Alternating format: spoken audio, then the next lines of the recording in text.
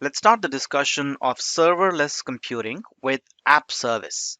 Azure App Service is platform as a service that will let you create applications on an app service plan. Now, what is app service plan? App service plan is something that defines the set of compute requirements required for a web app to run.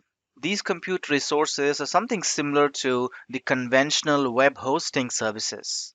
You can run multiple applications on the same app service plan. So when you create an app service plan in a certain region, you will be creating a set of compute resources in that particular region. And then you can go ahead and deploy applications, could be mobile apps or web applications on that app service plan. An app service plan is confined to a region. It is nothing but a virtual machine that is running behind the scenes for your application.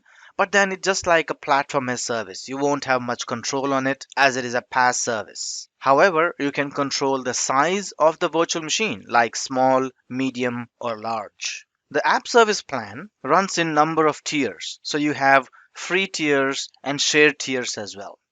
So in a free and shared tier, an application receives CPU minutes on a shared virtual machine and it cannot be scaled out. In other tiers, which are more advanced tiers, an application can be scaled. So when you create an application in an app service, you put it into an app service plan.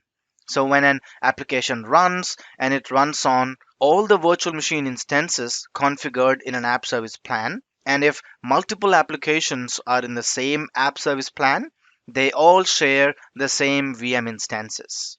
Let's chat about different app service plan pricing tiers in the next lesson.